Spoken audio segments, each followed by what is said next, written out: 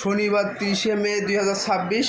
আজকে কিন্তু সান্দিয়ারা বাজারে অনেক বড় একটা পেঁয়াজের বাজার লাগছে। আর এই বাজারে কিন্তু আজকে প্রচণ্ড পরিমাণ পেঁয়াজ আমদানি হয়েছিল।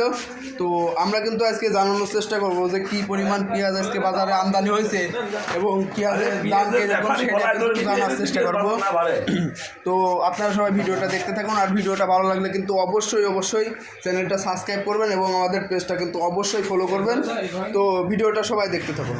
তো দর্শক দেখছেন যে আমরা কিন্তু সর্বশেষ আপডেট দিয়ে থাকি, সেই হিসাবে কিন্তু আজকে বাজারে সেই রকম লোক নাই। তো ব্যাপারীরা কিন্তু অনেক পেঁয়াজই আজকে কিনে রাখছে, সেটা কিন্তু আপনাদের দেখানোর চেষ্টা করতেছি যে কী পরিমাণ পেঁয়াজ কিনে রাখছে। আর এটা কিন্তু এখনও চালানো হয় নাই, কিন্তু কবে চালানো হবে এটা কিন্তু আমরা ব্যাপারীর মুখ থেকে শুনবো।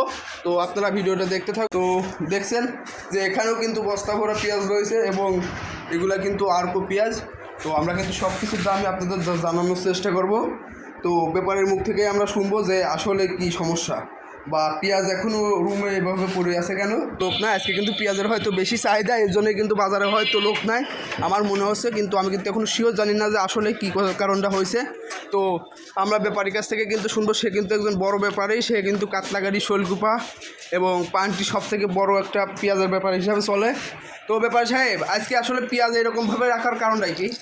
এই পেঁয়াজগুলা ঈদের আগে কিনা, ঈদের আগেই দেব, কিন্তু বাজার একেবারেই কম। মানে কিনার পরে বাজার কমে গেছে। 1100 1050 করে মালগুলা কিনা, কিন্তু তারপরে আমরা চালান করব, সেই মুহূর্তে বাজার কম। ঈদের আগে কোনো বেচা কেনা নেই আমাদের। পেঁয়াজ ঈদের আগের যে পেঁয়াজ ছিল ওইগুলাই বেচা কেনা হয়নি। পরে আর পেঁয়াজ পাঠাতে পারেনি, ঘরে পড়িয়াই রয়েছে। এই যদি একটু শিথিল হয়, বেচা কিনা হয় ঈদের পরে, তারপরে পাঠাবো এই নিয়ত করে ঘরে পেঁয়াজ রাখিছি। এখন বাজারে পেঁয়াজ আমদানি কম, সেই হিসাবে বাজার খুব একটা বেশি না, হামুরি বেশি না। 1050 থেকে 1100 টাকা।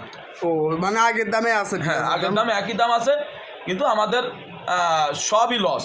সবই লস, সবই লস। এই পেঁয়াজ মুকামে পাঠালেই লস হবে। এই পেঁয়াজ মুকামে পাঠালেই লস। তো শুনলেন কিন্তু যে সবই কিন্তু লস। তো আজকে কয় মণ পেঁয়াজ কিনছেন? আর পেঁয়াজের দাম কিরকম? মানে আমদানি কম, আর পেঁয়াজটা যাই আমদানি হয়েছে অল্প কিছু কিনেছি এই আর পেঁয়াজগুলোর দাম কিরকম যাচ্ছে? মানে অন্য জাতের আরকো পেঁয়াজ, ওইগুলো আগের পেঁয়াজ। এখন আপাতত কোনো আরকো পেঁয়াজ কিনি নাই। আর এমনি মুকামে সুপসাগর মাগর এইসব নাই? না, সুপসাগর আছে বস্তা ভর্তি। এই যে বস্তায় আছে সুপসাগর, এইগুলা ঈদের আগে এই মাল। ও, তো এই মালও তাহলে লাভ হবে না? এই মালও লস হবে। তো এই মালও শুনলাম যে লস, কিন্তু আমাদের ব্যাপারীদের, আমার একার না, যারা এইভাবে রাখছে, যারা দিতে পারেনি, সবারই লস। ব্যাপারীদের লস দেশে, মানে আমাদের লস হওয়া মানে ঘাটতি, দেশের ঘাটতি। এখন চাষিরাও বেচতে পারতেছে না বেশি দামে, চাষিদেরও ক্ষতি। চাষিরা যদি পেঁয়াজটা বিক্রি করতে পারে 1200 টাকা, তাহলে আমরা যদি 1200 কিনে যদি আমরা 1300 বেচতে পারি, সেই হিসাবে চাষিও বাঁচে, আমরাও বাঁচি। কিন্তু আমরাও মানে আগে শেষ, পরে চাষি শেষ।